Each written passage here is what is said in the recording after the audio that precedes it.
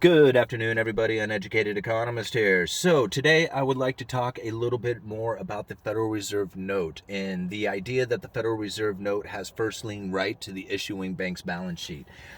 Now, I have heard this before and I looked it up, and sure enough, that's exactly what the Federal Reserve says about the Federal Reserve notes. Now, notes are different from bank deposits. When you have a bank deposit, that is a dollar, it's a US dollar, it's considered a dollar just like the Federal Reserve note is, but the difference is that Federal Reserve notes are the paper currency, and each one of these notes is issued from a different bank. I got a dollar here that's issued from the Richmond, Virginia Federal Reserve Bank. I got a $2 bill here that was issued from the New York Bank. So these are the liabilities of those issuing banks, and to offset the liabilities are their assets. And if you go and look, I just went to the Dallas Fed, but I'm sure that if you went to pretty much any of the Federal Reserve banks, it probably says something very similar. Now, I went to the Dallas Fed and looked at their assets and liabilities, and I'll leave a link down in the description for you guys to find this. And very top of the list for their liabilities are Federal Reserve notes. Now, it doesn't mean that that's the most of their liabilities. It just was at the very top of the list. And I forget exactly how much they have issued as far as their liabilities go. I just thought it was interesting that where they had placed it as far as the list of like different items that they have for liabilities. On the asset side, another interesting thing, very top of the list, gold certificates. Now, again, it wasn't like the most that they had on their assets, it was just listed at the very top, followed by special drawing rights certificates, followed by coins.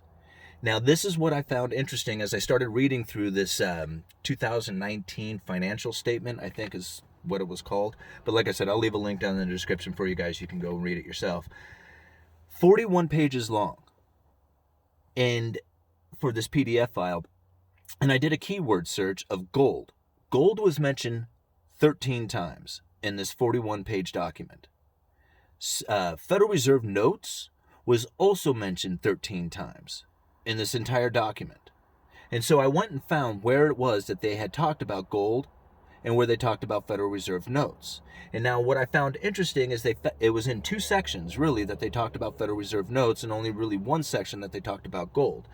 Now, the section where they talked about gold, I noticed that they're talking about gold certificates issued by the Treasury. Now, something I kind of thought about was like gold certificates. I've seen those. I mean, it's like, silver certificates, you get dollars, it says gold certificate instead. But that's not what these guys are talking about. These Treasury gold certificates are still in use today, and there's adjustments from the Federal Reserve banks, and you'll see that here when I start to read this. So these gold certificates, I went to the Treasury to look at it, and sure enough, the Treasury has information about these gold certificates as well. Something I found interesting about these gold certificates is that they're on the books by law at $42.22, 22 cents, whatever, it just keeps going on, per ounce. For a little over $42 per ounce of gold is what these certificates are on the books as. Very low number. These are the liabilities of the Federal Reserve. Not the liabilities. These are the assets of the Federal Reserve, offset by Federal Reserve notes. The other thing, special drawing rights. Now, I know this is really confusing, but once we get into this, it's going to make a lot more sense. Special drawing rights. These certificates, special drawing rights, are issued by the IMF, the International Monetary Fund. It's like a basket of currencies. Most of it is US dollars, but there's also euros and yen and yuan and some other currencies in there as well. This makes up the special drawing rights, which is like a world reserve currency similar to the dollar. It's like kind of like in conjunction with the dollar, like in use with. You don't get to use special drawing rights like as an individual. This is meant for like nations to do transactions with each other. But the Treasury apparently has these SDRs on hand because they can issue out certificates that are backed by these special drawing rights, and they issue those things to the Federal Reserve, and the Federal Reserve puts those on their asset sheets and then issues out, again, Federal Reserve notes for liabilities. Now listen to this. Gold and special drawing rights certificates. The Secretary of the Treasury is authorized to issue gold certificates to the reserve banks. Upon authorization, the reserve banks acquire gold certificates by crediting equivalent amounts in dollars to the account established for the Treasury. So you get that. The Treasury says, here's some gold certificates, and the Fed says, thanks for the gold certificates. We're credit your account the appropriate amount for the gold certificates, which is $42.22 per ounce, which doesn't seem appropriate at all. Anyhow, the gold certificates held by the reserve banks are required to be backed by the gold owned by the Treasury. The Treasury may require the gold certificates, the Treasury may reacquire the gold certificates at any time, and the reserve banks must deliver them to the Treasury. At such time, the Treasury account is charged, and the reserve bank's gold certificate accounts are reduced. The value of gold for the purpose of backing gold certificates is set by law at $42.02 per fine troy ounce. Gold certificates are recorded by the reserve banks at original cost. So you guys get that? That's exactly what they're saying, is that if the Treasury hands some gold certificates to the Federal Reserve will take the gold certificates, put it on their account, and credit the Treasury the appropriate amount for the gold certificates. If the Treasury says, I want my gold certificates back, the Reserve Bank, the Federal Reserve Bank, whatever one they're dealing with at the time, has to hand those certificates over and then take the dollars away from take the credit, basically from the Treasury's account. It's real simple. Just like here, we're using the certificates to create these dollars. You put those dollars into circulation. When we want the certificates back, we'll give you the dollars. I mean, it's pretty simple there. At $42.29 or $42.02. How do they write this? They have it 42.2/9. It's 42.22 cents is what it is, or 22 cents. Anyhow, we'll just call it $42 from now on. So let's see here. It continues on. The Board of Governors allocates, this is important, the Board of Governors allocates the gold certificates among the reserve banks once a year based on each bank's average Federal Reserve notes outstanding during the preceding 12 months. So you get that? At the end of 12 months, the Federal Reserve Bank, the Board of Governors, who sits there and looks over all the Federal Reserve banks, says, okay, how many outstanding notes do you have? And you have, and you guys have? Okay, well, here's the amount of gold certificates that you guys should be appropriately having. And if you go and look at the balance sheet, you can see that from 2018 to 2019, there was a change in how much gold certificates are sitting on the Dallas Fed balance sheet. Goes on to talk about special drawing rights. Now, this is what I found interesting, is that this was one of the only times that they mentioned Federal Reserve notes, is when they're talking about these gold certificates. Here's the other time. Special drawing rights.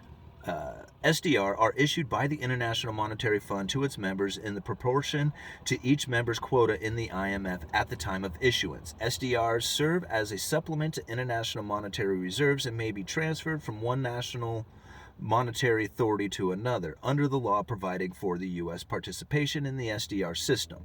The Secretary of the Treasury is authorized to issue SDR certificates to the reserve banks. When the SDR certificates are issued to the reserve banks, equivalent amounts of U.S. dollars are credited to the account established for the Treasury, and the reserve bank's SDR certificate accounts are increased. The reserve banks are required to purchase SDR certificates at the direction of the Treasury for the purpose of financing SDR acquisitions or for financing exchange stabilization operations. At the time SDR certificate transactions occur, the Board of Governors allocates the SDR certificates among the reserve banks based upon each reserve bank's Federal Reserve notes outstanding at the end of the preceding calendar year. SDR certificates are recorded by the reserve banks at original cost.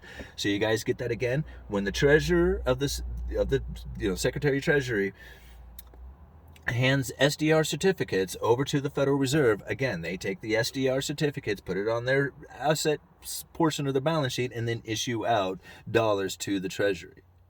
That's how, the Treasury is getting funded from the Federal Reserve, or at least, providing Federal Reserve notes or backing for the Federal Reserve notes. That's probably how I should have said it, is providing backing for the Federal Reserve notes by issuing out these SDRs.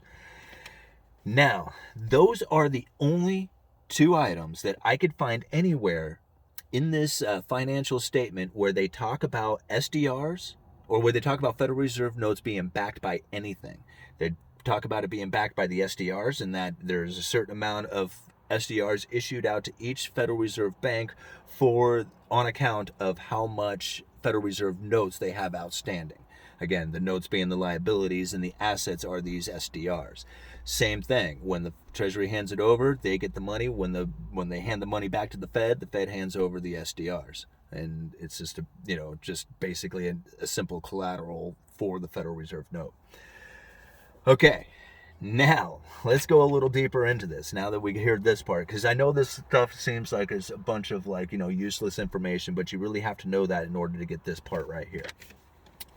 Because this is talking about the Federal Reserve note. The Federal Reserve notes are the circulating currency of the United States. These notes, which are identified as issued to a specific reserve bank, must be fully collateralized. All of the bank's assets are eligible to be pledged as collateral. Okay, so all the assets of the Federal Reserve are eligible to be pledged as collateral for the Federal Reserve notes. The collateral value is equal to the book value of the collateral tendered, with the exception of securities. This is going to get really confusing. For which the collateral value is equal to the par value of the securities tendered. So if you have like a bond, generally the par value is considered like the face value of the bond, not what you paid for, what it's worth in the end, or the yield or anything like that, just the face value of it. I could be wrong about that on here, but that's kind of what I understand it as. The par value of the securities pledged as collateral under the reserve repurchase agreements is deducted from the eligible collateral value. That gets really confusing, but it's basically, from what I can gather of it, it's using the securities as collateral for the Federal Reserve notes. Okay, Federal Reserve Bank of Dallas notes to financial statements. Here we go. Okay, I'm sorry. The Board of Governors. Here we go. The Board of Governors may at any time call upon the Reserve Bank for additional securities to adequately collateralize outstanding Federal Reserve notes. To satisfy the obligation to provide sufficient collateral for outstanding Federal Reserve notes. The reserve banks have entered into an agreement that provides certain assets for the reserve banks to be jointly pledged as collateral for the Federal Reserve notes issued to all reserve banks. Now, it's important right here. This is the important part. In the event this collateral is insufficient, the Federal Reserve Act provides that Federal Reserve notes become first and paramount lien on all the assets of the Federal Reserve Bank. Get that? Let me say it one more time. In the event that this collateral is insufficient, the Federal Reserve Act provides that the Federal Reserve notes become first and paramount lien on all assets of the reserve banks. Finally, Federal Reserve notes are the obligations of the United States government. So I think about this when somebody tells me that the Federal Reserve banks are going to go bankrupt, or that the dollar is going to go to garbage, or whatever is going to happen out there in the system when we have this big economic collapse and reset, makes me believe that unless you are holding paper currency, you have no claim to the assets of the Federal Reserve Bank. But if you do have the paper currency, not only do you have the claim to the assets of the Federal Reserve Bank, but if they don't provide it for you, you have the claim to the United States Treasury's obligation to cover what this thing is due to you. Interesting stuff. Now, I couldn't tell you how much of this dollar is backed by gold and SDRs and coins and United States treasuries and stuff like that, but I do know that when it comes down to bankruptcy, having a first lien paramount right to the assets is probably a pretty good thing. I'm going to leave a links down in the description for you guys. Uneducated Economist, you let me know.